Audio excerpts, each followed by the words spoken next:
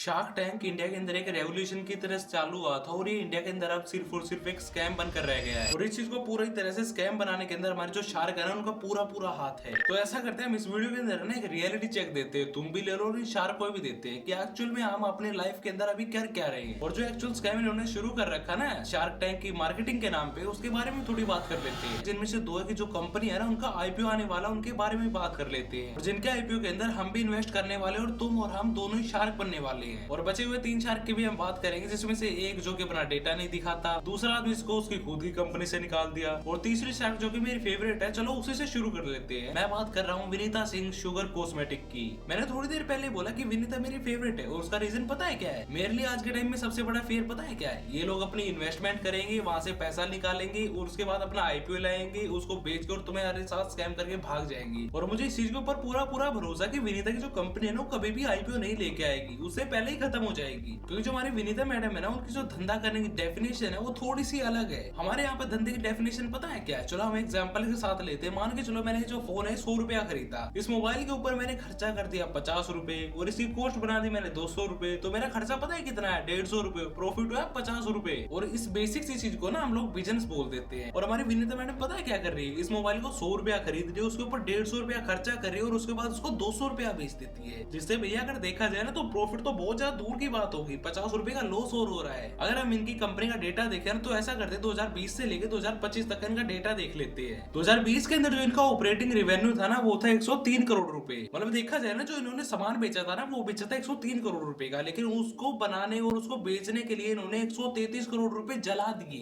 मतलब ये 1 रुपए का सामान बेचने के लिए 1 रुपए 28 पैसे स्पेंड कर देती है। और फिर 2021 के अंदर इनका जो लॉस था ना वो थोड़ा सा कम हुआ और 21 करोड़ रुपए का आया। लेकिन 2022 के अंदर जो इनका लॉस था ना वो थोड़ा बढ़ के हो गया 75.9 करोड़ रुपए। और आप इस नंबर को थोड़ा बहुत जस्टिफाई इस नाम से कर सकते हो कि भैया जो कंपनी है ना काफी ज्यादा ग्रो कर चुकी है। पहले जो हमारा रेवेन्यू था ना वो 126 करोड़ रुपए था, अभी जो हमारा रेवेन्यू है ना वो 221 करोड़ रुपए, ऑलमोस्ट देखा जाए तो डबल हो गया ना। लेकिन अगर आप वहीं पर इनके लॉस को देखोगे ना तो वो 3 गुना ज्यादा से भी ग्रो हो चुका है। आपका जो रेवेन्यू है ना वो डबल भी नहीं हुआ और आपका जो लॉस है ना वो 3 गुना से ज्यादा बढ़ चुका है। और उससे अगले साल यानी कि 2024 के अंदर भी इन्होंने 67 करोड़ रुपए का लॉस किया। अभी 2020 से लेकर 2024 तक जो इनका रेवेन्यू है ना वो काफी ज्यादा बढ़ चुका है, लेकिन लॉस भी काफी ज्यादा बढ़े हैं। और 2024 इनके पास सबसे ज्यादा खराब ईयर था क्योंकि इनके पास पैसे ही खत्म हो चुके थे और इतने साल इन्वेस्ट करते करते इनके पास खुद पैसा खत्म हो चुका था। तो भी दोबारा राउंड के ऊपर जाना पड़ेगा और दोबारा राउंड के ऊपर जाने के लिए कोई भी इनको छोटी सी वैल्यू देगा। अभी 2022 के अंदर इन्होंने एक छोटा सा राउंड दिया था जिसका नाम था सीरीज डी और उसके अंदर जो इनकी वैल्यूएशन थी ना वो थी 41 करोड़ रुपए।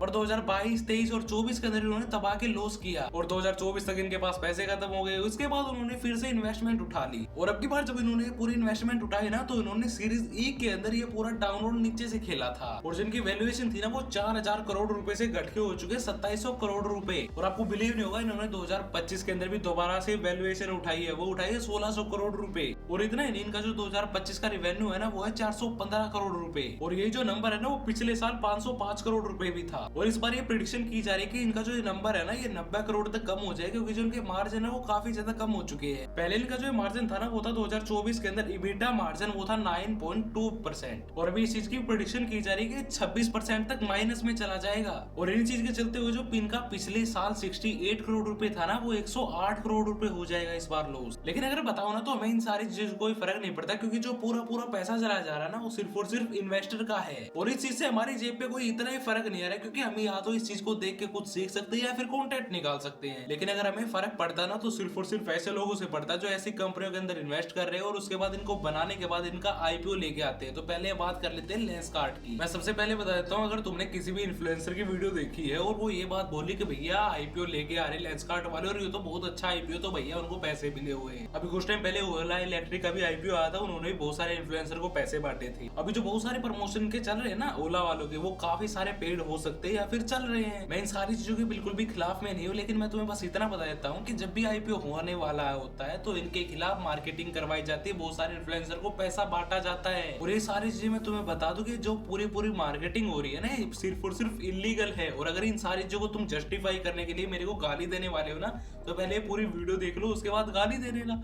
मैं भी यहीं बैठा हूँ, तुम भी यहीं बैठे हो, पहले कंटेंट की बात कर लेते हैं। लेकिन जिनको कुछ भी नहीं पता तो बिल्कुल बेसिक से शुरू करते हैं। चश्मों की कंपनी है लेंसकार्ट जो कि पीयूष बंसल की है। शार्क टैंक के अंदर शार्क है और ये लेंसकार्ट का एक आईपीओ लेके आ रही है। और जो आईपीओ होता है वो पता है क्या होता है? मान लो कोई मेरी कंपनी थी, उसके मैं 80% शेयर अपने पास रखे, बाकी सारे शेयर को तुम्हें बांट दूंगा। जो मेरे वो शेयर है उनको कोई भी खरीद सकता है। मैंने एक पर्टिकुलर वैल्यूएशन के ऊपर उनको सेल कर दिया, कोई भी खरीद सकता है। और जो वो शेयर आपने मेरे से खरीद लिया उसका मेरे पास पैसा आएगा और उस पैसे को मैं दो पर्टिकुलर तरीकों से स्पेंड कर सकता हूँ। सबसे पहला होता है फ्रेश इशू। फ्रेश इशू वे होते हैं जो सारी चीजें आपके लिए बनाई जाती है। मान के चलो मेरी कंपनी के पास 100 शेयर थे और सारे के सारे शेयर मैं खुद ही ओन करता था और मेरे को लगा कि थोड़े से शेयर आपको बांटे जा सकते हैं, तो मैंने 10 शेयर और ज्यादा बना दिए, 110 शेयर बना दिए। मैंने जो वो शेयर थे ना उनके कुछ हिस्से बढ़ा दिए, मेरे पास अभी भी उतने शेयर बचे, बाकी जो शेयर मैंने ज्यादा बनाए थे ना मैं वो तुम्हें बेच दूंगा। दूसरा ऑप्शन ये होता है कि मैं तुम्हें बोलूंगा कि भैया मेरे पास 100 शेयर है, उनकी 50% की ओनरशिप तुम ले लो और उनमें से 50 शेयर तुम रख लो, और जो 50% शेयर मैं तुम्हें बेच रहा हूँ ना, वो जो 50% का पैसा था वो कंपनी के पास नहीं जाएगा, वो सीधा मेरे पास ही आएगा।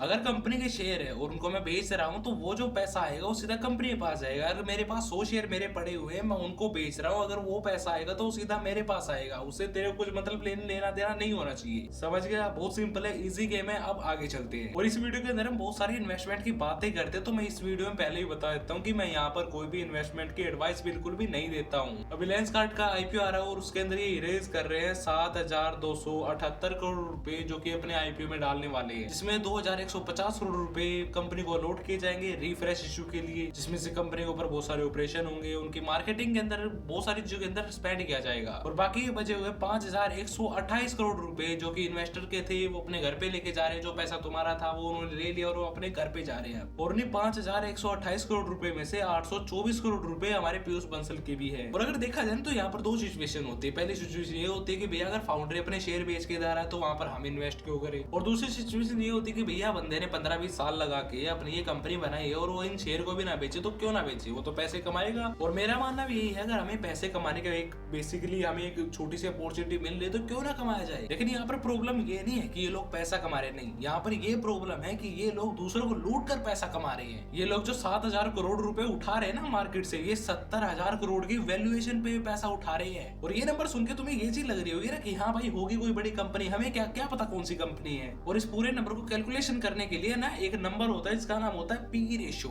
कि जो कंपनी जिसके अंदर हम इन्वेस्ट कर रहे हैं वो कितना ज्यादा रेवेन्यू जनरेट कर रही है, उसको पास कितना पैसा है, कितना पैसा नहीं है। और एक एग्जांपल के लिए बताता हूँ, शार्क टैंक के अंदर जितने भी जो ब्रांड आते हैं ना ये उनको पी रेशियो ही देते हैं। पी रेशियो होता है 5 से लेके 5, 10, 15, 30 या 40% मैक्स होता है। और 40% जो नंबर बोला ना वो तो काफी बड़ा बोल दिया, ये 15 से 20 के बीच में सिमट के रह जाते हैं। और जो पी रेशियो ना इसको कैलकुलेट कैसे किया जाता है उसके अंदर भी एक सबसे बड़ा झोल है, पहले उसको भी समझ लो। अब इनकी टोटल वैल्यूएशन ना उसको डिवाइड कर दिया जाता है इनकी प्रॉफिट से, और जिनका पी रेशियो आ रहा है ना 235 करोड़ रुपए, और जो नंबर है ना ये क्रेजीली बहुत ज्यादा गलत है। अब जो पी रेशियो निकालने का सबसे बड़ा मेथड था ना वो था वैल्यूएशन, उसके बाद पूरा प्रॉफिट। लेकिन अगर देखा जाए तो जो प्रॉफिट देखा जाता है वो देखा जाता है बिजनेस का, लेकिन उन्होंने अपनी कंपनी का जो प्रॉफिट बताया ना वो बताया 297 करोड़ रुपए। लेकिन उसमें से देखा जाए तो वन टाइम जो प्रॉफिट आया ना वो आया 166 करोड़ रुपए, वो एक बार का ही है, दोबारा नहीं होगा वो। और जो प्रॉफिट हुआ ना ये बिल्कुल भी बिजनेस रीजन से नहीं हुआ है। और अगर देखा जाए ना तो हम 166 करोड़ रुपए जो इनका प्रॉफिट हुआ ना उसको हटा देते ना तो इनका 130 करोड़ रुपए ही बचता।